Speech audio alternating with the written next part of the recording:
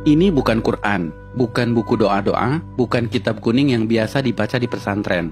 Percaya atau tidak, buku ini dibaca oleh Galileo Galilei, Johannes Kepler, René Descartes, sampai Leonardo da Vinci.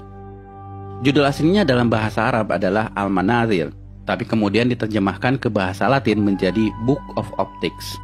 Ini adalah buku sains paling berpengaruh dalam sejarah sains di Eropa, bahkan seluruh dunia dalam bidang optik. Tanpa buku ini, mungkin sekarang tidak ada yang namanya kamera. Menariknya, buku ini usianya lebih dari 1000 tahun, tapi sampai sekarang masih relevan. Amazing is that we, all around the world, we talk about Newton as being the father of optics, and yet here we are, 1,000 years ago. Siapa penulis buku ini? Orang Barat menyebutnya Al-Hazen, sebutan Latin untuk Al-Haytham. Ya, beliau adalah Ibnu Al-Haytham, seorang ilmuwan muslim di abad ke-11, di mana ketika itu Islam sedang dalam masa keemasannya. Orang Barat menyebutnya the Islamic Golden Age. Allow me to introduce Ibn Al-Haytham, a great scientist whose ideas led to the invention of the camera. You invented the camera? Mungkin bagi kalian, Ibnu Al-Haytham bukan siapa-siapa. Bahkan banyak muslim yang tidak kenal beliau. Tapi di Eropa, beliau sangat terkenal, disejajarkan dengan Galileo dan Newton, karena beliau adalah peletak dasar ilmu tentang cahaya. Sehingga Ibnu Al-Haytham disebut sebagai The Fathers of Optics. Karena itu pada tahun 2015, UNESCO pernah mengadakan perayaan The International Year of Light untuk mengenang 1000 tahun karya Al-Haytham. I am pleased to partner with the international organization 1001 Inventions to launch the World of Ibn Al-Haytham Global Campaign to promote light science for the benefit of all. A groundbreaking scientist from 1,000 years ago, the life and work of Ibn Al-Haytham have never been as relevant as they are today. Salah satu temuan Ibnu Al-Haytham yang paling merevolusi pandangan sains dunia ketika itu adalah bagaimana beliau menjelaskan cara mata kita bekerja.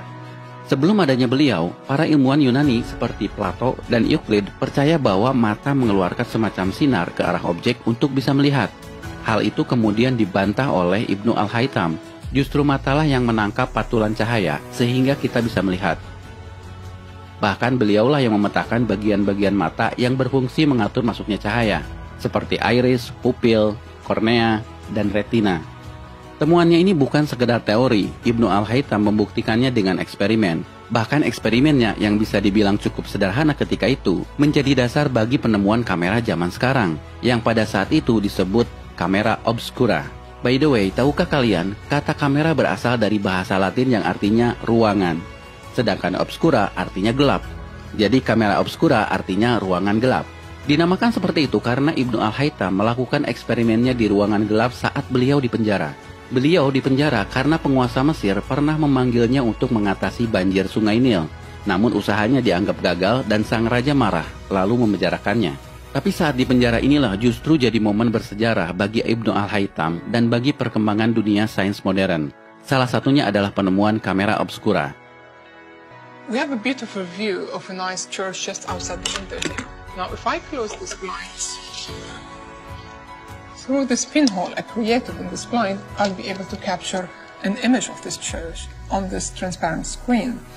However, it's an inverted image, as Ibn al-Haytham explained and demonstrated. If I let this eye look through this pinhole, I'm gonna be able to see the image of the church again, invert it back on the retina. Kalau menurut kalian temuan Ibnu Al-Haytham ini biasa saja, perhatikan bahwa Ibnu Al-Haytham bukan sekedar menjelaskan cara kerja mata, tapi sifat dari cahaya itu sendiri. Beliaulah yang pertama membuktikan bahwa cahaya berjalan dalam lintasan lurus, sehingga beliau bisa menjelaskan pantulan cermin, pembiasan cahaya, dan fenomena-fenomena lainnya. Dan ini menjadi landasan penemuan semua teknologi yang melibatkan cahaya, seperti kabel optik, laser, komunikasi satelit, sampai akselerator partikel.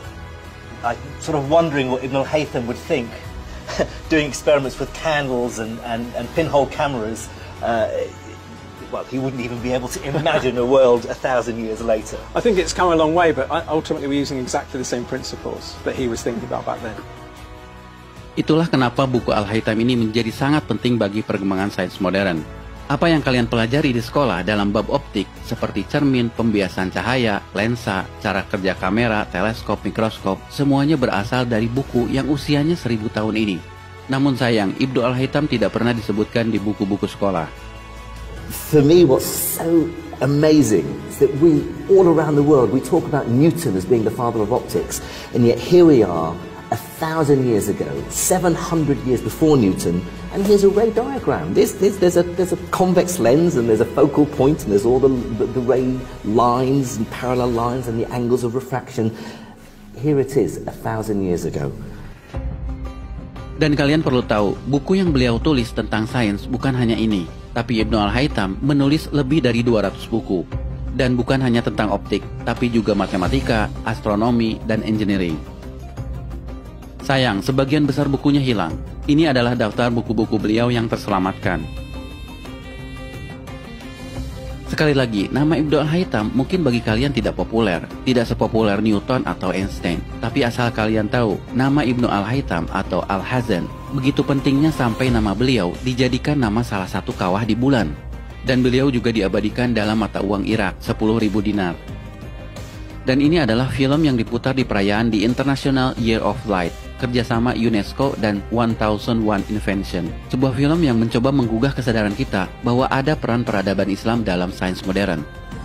I found a way of projecting an image onto another surface through a small hole in a dark room, later called camera obscura. Abbas ibn Farnas. He dared to dream about flying 1,000 years before the Wright brothers. Nah guys, dalam momen Ramadan ini, mari kita merenung. Jika kalian seorang muslim, tidak melulu harus pandai dalam urusan agama. Ibnu Al-Haytham adalah contoh bahwa seorang muslim juga bisa berperan dalam kemajuan peradaban dunia dalam ilmu pengetahuan. Karyanya melampaui batas agama, batas negara, bahkan batas waktu. His book changed everything, and he's regarded by many as being the father of modern optics. In fact, I'd go further than that and say he was the greatest physicist in the 2,000-year span between Archimedes and Isaac Newton.